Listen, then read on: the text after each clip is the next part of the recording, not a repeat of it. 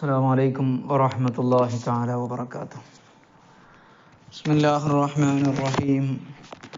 الحمد لله رب العالمين والصلاة والسلام على أشرف المخلوقين وعلى آله وصحبه أجمعين أما بعد.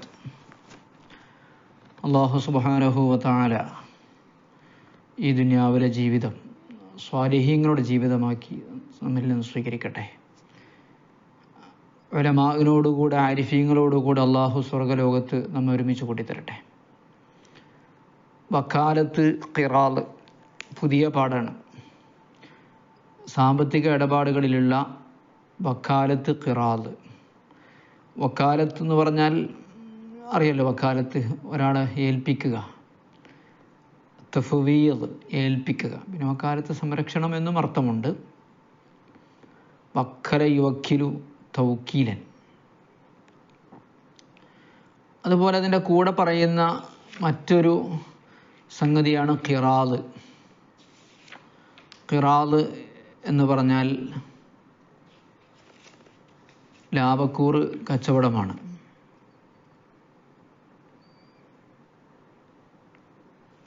ലാഭക്കൂറ് കച്ചവടം എന്ന് പറഞ്ഞാൽ എൻ്റെ കയ്യിൽ കുറച്ച് കാശുണ്ട്, അത് ഞാൻ മറ്റൊരാളെ കച്ചവടം ചെയ്യാൻ വേണ്ടി ഏൽപ്പിക്കുകയാണ്. പൈസ എൻ്റെതാണ്, പണി അയാളുടേതാണ്, ലാഭം രണ്ടു പേർക്കും. അപ്പോൾ വക്കാലത്ത് വേണ്ടി ചെറിയൊരു ബന്ധമൊക്കെ ഉണ്ടല്ലേ. വക്കാലത്താകുമ്പോൾ പിന്നെ എൻ്റെ പൈസ കൊണ്ട് വാങ്ങാനോ കൊടുക്കാനോ അല്ലെങ്കിൽ പൈസ അല്ലാത്ത കാര്യങ്ങൾക്ക് ഏൽപ്പിക്കുകയാണ്, അയാൾ എനിക്ക് ചെയ്തു തരികയാണ്. ലാഭമൊന്നും അതിലില്ല.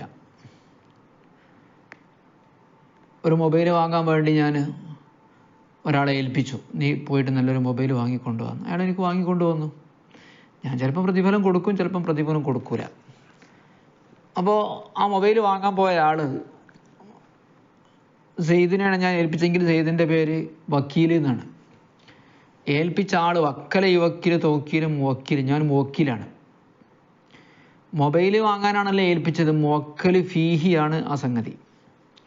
ഇവിടെ മറ്റു ഇടപാടുകളിലൊക്കെ പറയുന്നത് പോലെ സീഗ വേണം, ഏൽപ്പിച്ചു സ്വീകരിച്ചു എന്നുള്ളത്. ഏതായാലും ഒരു മുസ്ലിമായ മനുഷ്യനെ സഹായിക്കലാണ് ഈ വക്കാലത്ത് ഏറ്റെടുക്കുക എന്ന് പറഞ്ഞാൽ. അതുകൊണ്ട് സുന്നത്താണ്. ഒരു കാര്യം ഏൽപ്പിക്കുമ്പോൾ ഒരാൾക്കുള്ള ഉപകാരമാണല്ലോ, എല്ലാ കാര്യം എല്ലാവർക്കും ചെയ്യാൻ കഴിയണമെന്നില്ലല്ലോ. അപ്പോൾ മറ്റുള്ളവരെ ഏൽപ്പിക്കും, അവരത് ചെയ്യും. സുന്നത്താണ്. ഇപ്പോൾ നിക്കാഹ് ചെയ്ത് കൊടുക്കാനും നിക്കാഹ് സ്വീകരിക്കാനൊക്കെ വക്കാലത്ത് ഉണ്ടാവാറുണ്ട്. മോളെ കെട്ടിച്ചു കൊടുക്കാൻ വേണ്ടി വക്കാലത്താക്കും.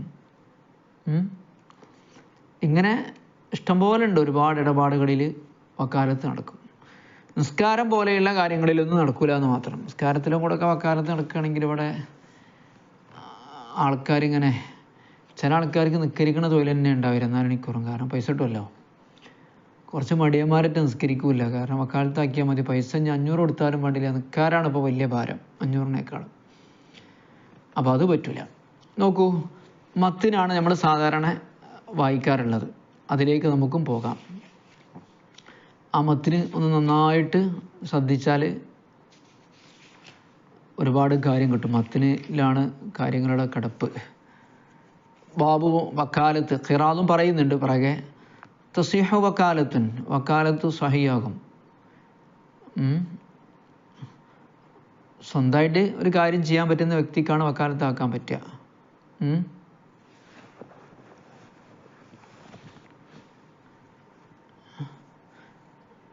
പകരമാക്കാൻ പറ്റുന്ന കാര്യങ്ങളിൽ ഒരു വ്യക്തിയെ പകരമാക്കുന്നതിനാണ് വക്കാലത്ത് എന്ന് പറയാം. അത് മരിച്ചു കഴിഞ്ഞാൽ അവസരം ഉണ്ടാവില്ല, ജീവിതകാലത്ത് തന്നെ ചെയ്യണം. മരിക്കലോടുകൂടി വക്കാലത്ത് പാസ്യതാവും. അപ്പോൾ നോക്കുമ്പോൾ തസിഹു ഫീ കുല്ലി അഖ്ദിൻ, എല്ലാ ഇടപാടുകളിലും വക്കാലത്ത് സഹിയാണ്. അഖ്ദ് എന്ന ഇടപാട്, വിൽപ്പന, നിക്കാഹ്, പണയം, എന്തൊക്കെയാണ് പറഞ്ഞതൊക്കെ, സുൽഹ് ഒക്കെ, ത്വലാഖിൽ വരെ. ഫീ കുല്ലി ഫസ്ഖിൻ, ഇടപാടുകൾ ക്യാൻസൽ ചെയ്യുന്നതിലും പറ്റും. ഇപ്പം നമ്മൾ പറയാറില്ലേ,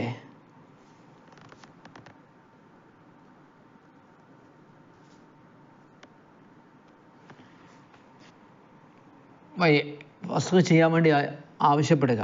ഇതാ ഫസ്ഖ്, കച്ചവടം ക്യാൻസൽ ചെയ്യാൻ വേണ്ടി ആവശ്യപ്പെടുക. അയബ് കൊണ്ട് തിരിച്ചു കൊടുക്കുക. വാങ്ങിയ സാധനം അയബനുസരിച്ച് തിരിച്ചു കൊടുക്കുമ്പോൾ കച്ചവടം ഫസ്ഖിയാണല്ലോ, ദുർബലപ്പെടുത്തുകയാണല്ലോ. അതേമാതിരി ഖബ്ദ് ചെയ്യിപ്പിക്കുക, കടം വാങ്ങാൻ, കടം വീട്ടാൻ, എന്തെങ്കിലുമൊക്കെ കോടതിയിൽ ശിക്ഷ നടപ്പാക്കാൻ, നമുക്ക് ശിക്ഷ നടപ്പാക്കാനൊക്കെ അവകാശം ഉണ്ടെങ്കിൽ കോടതിയിൽ വാദിക്കാൻ വക്കീലിനൊക്കെ. നമ്മൾ സാധാരണ വക്കീൽ എന്ന് പറഞ്ഞാൽ കോടതിയിൽ വാദിക്കണമൊക്കെ മാത്രമേ പറയുള്ളൂ സാധാരണ. അപ്പം ഞാൻ ഹാജരാകാതെ കോടതിയിൽ എൻ്റെ വക്കീൽ ഹാജരാകുക ഒക്കെ പറ്റും. പക്ഷേ ഫീ കുല്ലി അഖ്ദിൻ വ ഫസ്ഖിൻ അലൈഹി വിലായത്തുല്ലി മുവക്കിലിൻ. പക്ഷെ അതുണ്ടാവണം മുവക്കിലിന് അധികാരമുള്ള. എനിക്ക് അധികാരമില്ലാത്ത സാധനത്തിൽ ഞാൻ എങ്ങനെ വക്കാലത്താക്കുക? ഞാൻ എങ്ങനെ ഇടപാടിനെ ക്യാൻസൽ ചെയ്യുക? എങ്ങനെയുള്ള അഖ്ദും ഫസ്ഖും അലൈഹി വിലായത്തുല്ലി മുവക്കിലിൻ, മുവക്കിലിന് അധികാരമുള്ള എല്ലാ ഇടപാടിലും, ഇടപാടുകളെ ദുർബലപ്പെടുത്തുന്നതിലും. ഞാൻ വാങ്ങാൻ പോകുന്ന സാധനം വിൽക്കാൻ വേണ്ടി വക്കാലത്താക്കാൻ പറ്റുമോ? ഇല്ല. എന്തുകൊണ്ട്? ഞാൻ വാങ്ങിയിട്ടില്ലല്ലോ, പിന്നെ അങ്ങനെ എനിക്ക് അധികാരമില്ലല്ലോ, വിലായത്തില്ല. ഞാൻ കല്യാണം കഴിക്കാൻ പോകുന്ന പെണ്ണിനെ തലാക്കെല്ലാം വേണ്ടി വക്കാലത്താക്കാൻ പറ്റുമോ? ഇല്ല. കല്യാണം കഴിച്ച എൻ്റെ ഭാര്യനല്ലേ എനിക്ക് തലാക്കെല്ലാൻ അധികാരമുള്ളൂ. കല്യാണം കഴിക്കാൻ പോണ പെണ്ണിന് എനിക്ക് അധികാരമില്ലല്ലോ. അപ്പം അതൊന്നും പറ്റില്ല.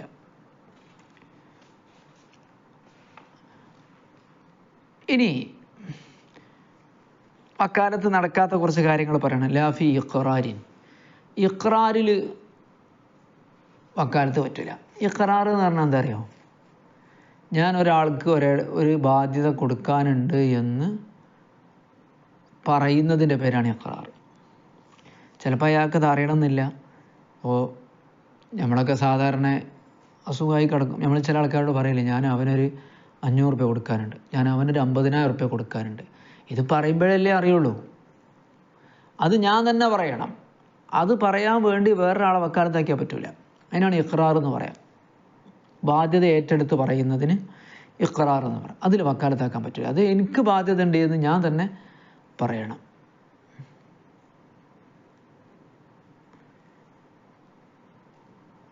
ഇനി വലാഫി യമീനിൻ, കോടതിയിൽ, ഇസ്ലാമികമായിട്ട് കോടതിയിൽ സത്യം ചെയ്യുക എന്നുള്ള പരിപാടി ഉണ്ടല്ലോ അല്ലേ?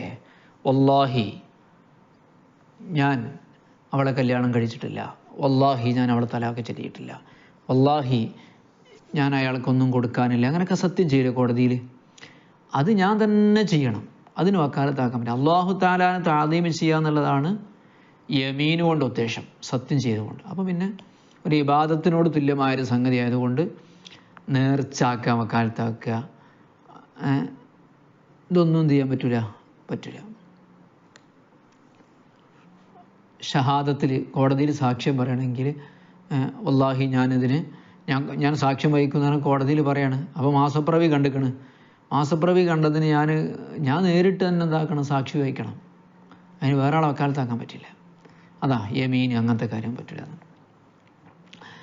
വലാഫി ഇബാദത്തിലും പറ്റൂല. ഹജ്ജ് ഉംറയിൽ പറ്റും, അറവിലും പറ്റും, അല്ലാത്ത മറ്റ് ഇബാദത്തിലൊന്നും പറ്റൂല. നിസ്കരിക്കാൻ, നോമ്പ് വിൽക്കാൻ. ഇനി നമ്മൾ അടുത്തേക്ക് പോവാ. അപ്പോൾ എന്തിലൊക്കെയാണ് പറ്റുക, എന്തിലൊക്കെ പറ്റൂല എന്ന് പറഞ്ഞ് ഇനി എങ്ങനെ പറ്റും? ഈജാബിൻ, ഈജാബ് കൊണ്ട് മാത്രം.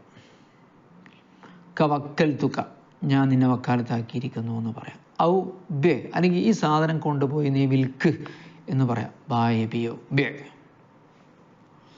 ഇതൊക്കെയാണ്. ആ ഒരുപാട് കാര്യങ്ങളിൽ വക്കാലത്ത് പറ്റുമെന്ന് നമുക്ക് മനസ്സിലായിട്ടുണ്ട്.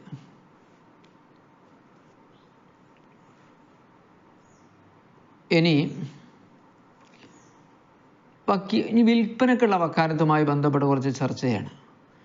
ഞാൻ എൻ്റെ ഒരു ഭൂമി വിൽക്കാൻ വേണ്ടി, അല്ലെങ്കിൽ ഒരു മൊബൈൽ വിൽക്കാൻ വേണ്ടി നിങ്ങളെ ഏൽപ്പിച്ചാൽ നിങ്ങൾ അവിടെ നഷ്ടത്തിനൊന്നും വിൽക്കാൻ പറ്റില്ല. സമനമിസിലിന് വിൽക്കണം, മാർക്കറ്റ് വിലക്ക്. അതുപോലെയുള്ള സാധനത്തിന് എന്താണോ വില, അതാ മാർക്കറ്റ് വില. അത് കടത്തിന് വെക്കാൻ പറ്റില്ല, റൊക്കായിട്ട് വെക്കാൻ പറ്റുള്ളൂ. ഞാൻ നിങ്ങളെ മൊബൈൽ വിൽക്കാൻ വേണ്ടിയോ ഭൂമി വിൽക്കാൻ വേണ്ടി ഏൽപ്പിച്ചാൽ അതിൻ്റെ പൈസ റൊക്കായിട്ട് കിട്ടണം. അല്ലെങ്കിൽ പിന്നെ കടം പറയാൻ പറ്റുമെന്ന് ഞാൻ അനുവദിച്ചാൽ പറ്റും. വക്കീൽ വിൽക്കുന്നതാണ് ബിസമനി മിസിലിൻ, അതിൻ്റെ സമന മിസിലിന്, മാർക്കറ്റ് വിലക്ക്. ഹാലൻ, റൊക്കമായിട്ട് വിൽക്കാൻ നടത്തും. അങ്ങനെ കുറേ ഷർത്തുണ്ട്. കടത്തിന് വെക്കാൻ പറ്റൂല, നാട്ടിലെ നാണയമില്ലാത്തതിന്. ഇപ്പം ഞാൻ നിങ്ങൾ വെക്കാൻ ഏൽപ്പിച്ചാൽ നിങ്ങൾ ഡോളറിന് വെക്കാൻ പറ്റില്ല, ഇന്ത്യൻ രൂപക്ക് തന്നെ വെക്കണം. നഷ്ടത്തിന് വെക്കാൻ പറ്റൂല.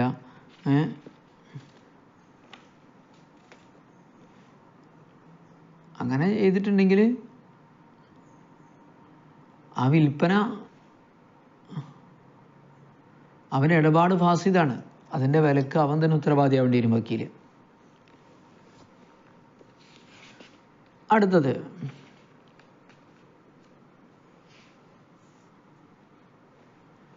എപ്പോഴാണ് ഇതാ അത്ലഖൽ മുവക്കിലു, മുവക്കില് പ്രത്യേകമായി നിബന്ധനകളൊന്നും പറഞ്ഞിട്ടില്ലെങ്കിൽ, അതാണ് ഇത്ലാഖാക്കുക എന്ന് പറഞ്ഞാൽ, നിബന്ധന ഒന്നും പറയാതിരിക്കുമ്പോൾ മുവക്കിൽ വക്കാലത്താക്കിയ ആൾ പ്രത്യേക നിബന്ധനയൊന്നും പറയാതിരിക്കുമ്പോൾ അയാൾ റൊക്കത്തിന് വിറ്റിരിക്കണം, മാർക്കറ്റ് വിലക്ക് വിറ്റിരിക്കണം. അതേപോലെ കടത്തിന് വിൽക്കാൻ പറഞ്ഞു, അല്ലെങ്കിൽ ഇത്ര രൂപയ്ക്ക് വിറ്റാമെന്ന് പറഞ്ഞു. അങ്ങനെ ആകുമ്പോൾ ആ പറയുന്ന അനുസരിച്ചാൽ മതിയല്ലോ. അല്ലാതെ പറഞ്ഞു നിനക്ക് ഇഷ്ടമുള്ള വിലക്ക് വിറ്റോന്ന് പറഞ്ഞു, അപ്പം നഷ്ടത്തിന് വിൽക്കാം. പക്ഷേ ആ കടത്തിന് വിൽക്കാൻ പറ്റില്ല, നാട്ടിലെ നാണയത്തെ എല്ലാത്തിനും വിൽക്കാൻ പറ്റില്ല. അങ്ങനെയൊക്കെ ഉണ്ട്. നീ ഉദ്ദേശിക്കുന്ന വിലക്ക് വിറ്റോ, ഉദ്ദേശിക്കുന്ന വില എത്ര എന്നല്ല, അപ്പം ഇന്ത്യൻ രൂപയാകാം, ഡോളറാകാം, അല്ലെങ്കിൽ ഒക്കെ ആവാം. എങ്ങനെയാണോ ഉദ്ദേശിക്കുന്നത് അങ്ങനെ വിറ്റോ എന്ന് പറയുകയാണെങ്കിൽ കടത്തിന് വെക്കുക. അങ്ങനെ കുറേ കാര്യങ്ങൾ. ഏതായാലും ഞാൻ ഒരു ഭൂമി വിൽക്കാൻ വേണ്ടി ഞാൻ നിങ്ങളെ വക്കാലത്താക്കി കഴിഞ്ഞാൽ നിങ്ങൾക്ക് തന്നെ വെക്കാൻ പറ്റില്ല. ഏതായാലും ഇപ്പം ഉപരി വിൽക്കാൻ വേണ്ടി ഏൽപ്പിച്ചല്ലേ, ഞാൻ തന്നെ അങ്ങ് എടുത്തേക്കാം എന്ന് വക്കീൽ തീരുമാനിക്കാൻ പറ്റില്ല. വലായബിയുൽ വക്കീലു ലിനഫ്സിഹി, വക്കീൽ സ്വന്തത്തിന് വേണ്ടി വിൽക്കാൻ പറ്റില്ല.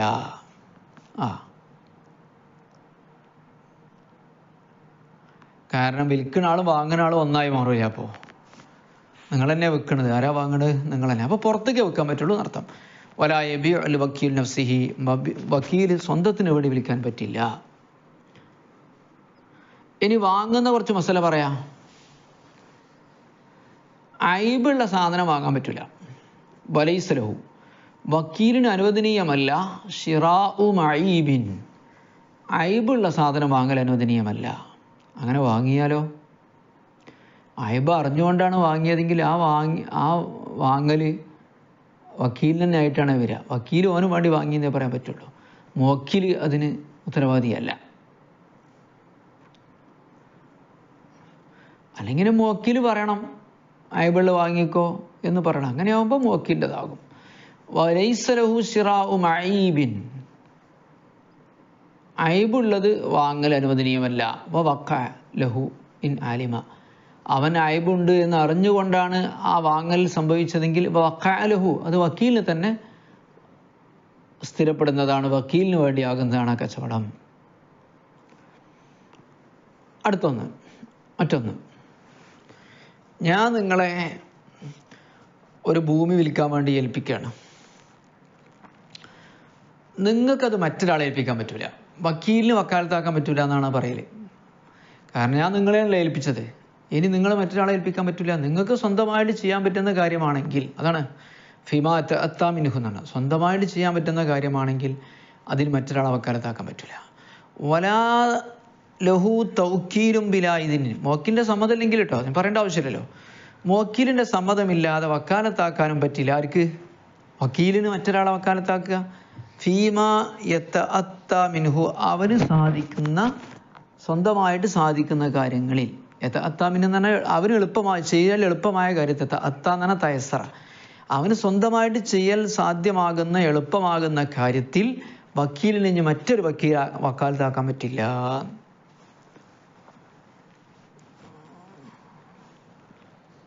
ഓക്കെ. അപ്പം എന്നോട് ഒരു കടം എനിക്കൊരാൾ തരാനുണ്ട്, ആ കടം വാങ്ങാൻ വേണ്ടി എന്നെ ഏൽപ്പിച്ചാലേ ഞാൻ വേറെ ആളെ പറഞ്ഞേക്കാൻ പറ്റില്ല. ആ കടം വാങ്ങാൻ ഞാൻ തന്നെ പോയി വാങ്ങണം. അതിനാലെ പൈസയും വേണമെന്നുണ്ടെങ്കിൽ നിങ്ങൾ ആവശ്യപ്പെട്ടോളൂ, എനിക്ക് വക്കാലത്തിന് കുറച്ച് പൈസ വേണം.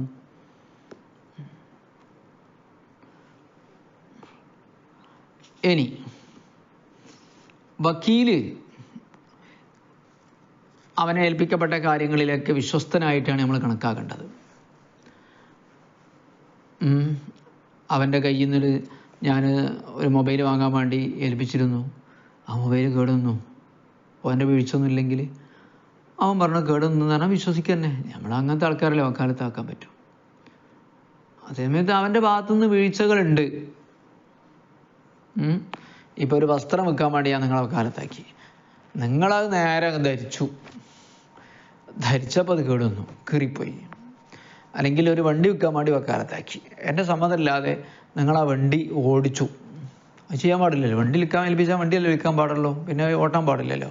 അല്ലെങ്കിൽ ഓട്ടിക്കോ എന്ന് പറയുകയാണെങ്കിൽ പറ്റും. അതാണ് വഹുവ അമീനുൻ, വക്കീല് വിശ്വസ്തനായിരിക്കും, അവൻ വിശ്വസ്തനായിട്ടാണ് കണക്കാക്കപ്പെടേണ്ടത്.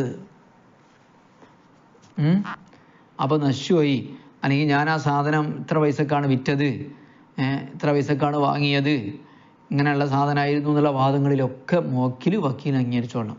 ഫൈൻ താഴത്ത, അപ്പോൾ അവൻ പരിധി വിട്ട് പ്രവർത്തിച്ചാൽ, അവനെന്ത് ചെയ്തു, പരിധി വിട്ട് പ്രവർത്തിച്ചു, അവിഹിതമായി ആ കാര്യത്തിൽ പ്രവർത്തിച്ചാൽ അമീന ഉത്തരവാദിയാകും. എല്ലാ അമീനും അങ്ങനെ തന്നെയല്ല. ഒരിടപാടിൽ നമ്മൾ അയാൾ അമീനാണെന്ന് പറഞ്ഞാൽ അയാളുടെ ഭാഗത്ത് വീഴ്ചയൊന്നുമില്ലെങ്കിൽ അത് നശിച്ചാൽ ഉത്തരവാദിയാവില്ല എന്നതിൻ്റെ അർത്ഥം.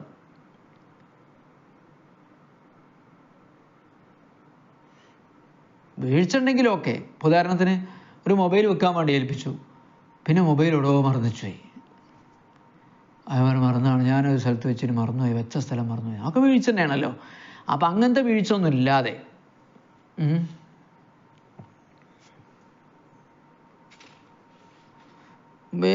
ഇനി ഈ വക്കാലത്തിൻ്റെ കാലാവധി, വാലിഡിറ്റി എത്രയാണ്? അതിനൊരുപാട് കാരണങ്ങളുണ്ട്. ഒന്ന്, രണ്ടു കൂട്ടരും ഞാൻ ഈ വിഷയത്തിലുള്ള പരിപാടി അവസാനിപ്പിക്കുകയാണ് എന്ന് പറഞ്ഞാൽ ഒക്കെ വക്കീലിന് എപ്പോഴും പറയാം, ഞാൻ വക്കാലത്തിൻ്റെ ഇതിൽ നിന്ന് കഴിഞ്ഞിട്ടുണ്ടോ എന്ന് പറഞ്ഞാൽ ആ സാധനം തിരിച്ചു കൊടുക്കണം, അല്ലെങ്കിൽ ആ പണി ഏൽപ്പിക്കപ്പെട്ട പണിയെടുക്കാൻ പാടില്ല. മുവക്കിലിന് എന്ത് ചെയ്യാൻ പറ്റും? എന്നെ ഞാൻ ഒഴിവാക്കി, നീ ആ സാധനം ചെയ്യണ്ട എന്ന് പറഞ്ഞു. അസിലു, വക്കീല് അവൻ്റെ വക്കാലത്തിൽ നിന്ന് ഒഴിഞ്ഞവനാകും. ബിഅസ്ലി അഹദിഹിമ, രണ്ടിൽ ഒരാൾ മറ്റേയാളെ ഒഴിവാക്കൽ കൊണ്ട് ഒഴിയുന്നതാണ്. രണ്ടിൽ ഒരാൾ ഒഴിവാക്കി, അസ്ലി എന്ന് പറഞ്ഞാൽ ഒഴിവാക്കുക എന്നാണ്. അസ്ല എന്ന് പറഞ്ഞാൽ രാജിയാകുക. അപ്പോൾ വക്കീൽ എന്ത് ചെയ്യും? അയാളുടെ പദവിയിൽ നിന്ന് ഒഴിവാകുന്നതാണ് ബിഅസ്ലി അഹദിഹിമ, വക്കീലോ അല്ലെങ്കിൽ മുവക്കിലോ രണ്ടിലൊരാൾ ഒഴിവാക്കൽ കൊണ്ട്. മറ്റൊരു കാരണം ബിമൗത്തിൻ, മരണം സംഭവിച്ചാൽ വക്കാലത്ത് തീർന്നു, പിന്നെ ഒന്നും ചെയ്യാൻ പറ്റില്ല. രണ്ടിലൊരാൾക്ക് മരണം സംഭവിച്ചു. ഔ ജുനൂൻ, അല്ലെങ്കിൽ ഭ്രാന്ത് സംഭവിച്ചു. മറ്റൊന്ന് വസവാലി മിൽക്കി മുവക്കിൽ, മുവക്കിലിൻ്റെ ഉടമസ്ഥത നീങ്ങി. എൻ്റെ ഭൂമി ഞാൻ തന്നെ വിൽക്കാൻ വേണ്ടി വക്കാലത്താക്കിയിരുന്നു, അങ്ങനെ നീ അത് വിറ്റു, വിൽക്കുന്നതിന് മുമ്പ് ഞാനത് വേറെ ആക്കി വിറ്റിട്ടുണ്ടെങ്കിൽ പിന്നെ കഴിഞ്ഞു, അയാൾ ആ രണ്ടാമത്തെ വിൽപ്പന സഹിയല്ല. മുവക്കിലിൻ്റെ മിൽക്ക് നീങ്ങൽ കൊണ്ടും, അല്ലെങ്കിൽ ഞാൻ ഒരു ഭൂമി നിങ്ങളെ വിൽക്കാൻ വേണ്ടി ഏൽപ്പിച്ചിരുന്നു, നിങ്ങളെ ഏൽപ്പിച്ചാൽ ഞാൻ ആ ഭൂമി വഖഫ് ചെയ്തു, എൻ്റെ ഉടമസ്ഥത നീങ്ങില്ലേ. വസവാലി മിൽക്കി മുവക്കിൽ, മുവക്കിലിൻ്റെ ഉടമസ്ഥത നീങ്ങൽ കൊണ്ടും. ഇനി തർക്കമുണ്ടാകാൻ സാധ്യതയുണ്ട്. ഞാൻ നിങ്ങളെ വക്കാലത്താക്കി, നിങ്ങൾ ആ ഭൂമി എന്ത് ചെയ്തു, അല്ലെങ്കിൽ ആ മൊബൈൽ പോയി വിറ്റ് ഞാൻ കൊടുക്കാൻ വേണ്ടി നിൽക്കുമ്പോഴാണ് മുവക്കിൽ വിളിച്ചിട്ട് പറയും, ഞാൻ നിന്നെ ഒഴിവാക്കിയിട്ടുണ്ട് കേട്ടോ. തർക്കമായി. അപ്പോൾ ഒഴിവാക്കിയത് എപ്പോഴാ? അപ്പോൾ ഒഴിവാക്കി എന്നതിന് തെളിവ് സഹിതം ഞാൻ പറഞ്ഞാൽ മാത്രമേ വക്കീൽ അത് സ്വീകരിക്കുള്ളൂ, അല്ലെങ്കിൽ പിന്നെ അയാൾ ബുദ്ധിമുട്ടാവില്ലേ. ഒരായി സദ്ദഖു, മുവക്കിലിനെ വാസ്തവമാക്കപ്പെടുകയില്ല. ബാദ തസറുഫിൻ, വക്കീൽ അതിൽ ഇടപാടൊക്കെ നടത്തിയതിന് ശേഷം മുവക്കിൽ പറയാണ് ഞാൻ അതിനു മുമ്പ് തന്നെ നിന്നെ പിരിച്ചു വിട്ടിട്ടുണ്ട് എന്ന് പറഞ്ഞാൽ അവൻ്റെ വാദം സ്വീകരിക്കപ്പെടുകയില്ല. ഇല്ലാ ബിബയ്യിനത്തിൻ, അവൻ ഒഴിവാക്കിയതിന് ഉള്ള തെളിവോടുകൂടെ അല്ലാതെ സാക്ഷികൾ മുഖേന പറയണം. അപ്പോൾ വക്കീൽ എന്ത് ചെയ്തിട്ടുണ്ട്? ഇന്നാണ് ഞാൻ നിങ്ങളെ ഈ മൊബൈൽ വെക്കാൻ വേണ്ടി ഏൽപ്പിച്ചു, നിങ്ങളിത് ഇന്ന് വിറ്റും ചെയ്തു. വിറ്റ വർത്താനം എന്നോട് പറയുമ്പോഴാണ് ഞാൻ പറഞ്ഞത്, എവിടോ ഞാൻ തന്നെ ഇന്നലെ ഞാൻ ഒഴിവാക്കിയിട്ടുണ്ട് വക്കാലത്തുനിന്ന്, ഞാൻ തന്നെ അറിയിച്ചിട്ടില്ലായിരുന്നു എന്ന് പറഞ്ഞാൽ നിങ്ങൾ എന്നോട് ചോദിക്കണം തെളിവ് എന്താണ്. അപ്പോൾ ഞാൻ തെളിവ് സഹിതം ഞാൻ ആ ഒഴിവാക്കിയത് മറ്റ് രണ്ടാൾക്കാരെ കേൾപ്പിക്കുകയായിരിക്കണം എന്നർത്ഥം, കേട്ടുകൊണ്ടായിരിക്കണം. എന്നിട്ട് അവർ പറയണത് ശരിയാണ്, ഇന്നലെ നിങ്ങളെ ഇന്ന് ഒഴിവാക്കിയത് എന്ന് പറഞ്ഞത് ഞങ്ങൾ കേട്ടിട്ടുണ്ട് എന്ന് പറയണം. അല്ലാതെ വെറും വാക്ക് സ്വീകരിക്കപ്പെടില്ല. വലായി സദ്ദഖ് ബഅദ സറഫിൻ, വക്കീൽ ഒരു കാര്യത്തിൽ കൈകാര്യം ചെയ്തതിന് ശേഷം മുവക്കിലിൻ്റെ വാദം സ്വീകരിക്കപ്പെടുകയില്ല. ഇല്ലാ ബിബയ്യിനത്തിൻ, തെളിവു സഹിതമല്ലാതെ സ്വീകരിക്കപ്പെടുന്നതല്ല. ഇതൊക്കെയാണ് വക്കാലത്തുമായി ബന്ധപ്പെട്ടുകൊണ്ടുള്ള കാര്യങ്ങൾ. ഇനി ഖിറാദ് ഉണ്ട്. ഖിറാദ് ഇൻഷാ അല്ലാഹ് നമുക്ക് ഇനി വക്കാലത്തിൻ്റെ പാഠം ഷറഹ് അടക്കാർത്ഥം വെച്ചിട്ട് പഠിക്കല്ലേ. ഇൻഷാ അല്ലാഹ് അല്ലാഹു സുബ്ഹാനഹു വ തആല തൗഫീഖ് നൽകുമാറാവട്ടെ. അസ്സലാമു അലൈക്കും വറഹ്മത്തുള്ളാഹി വബറകാതുഹു.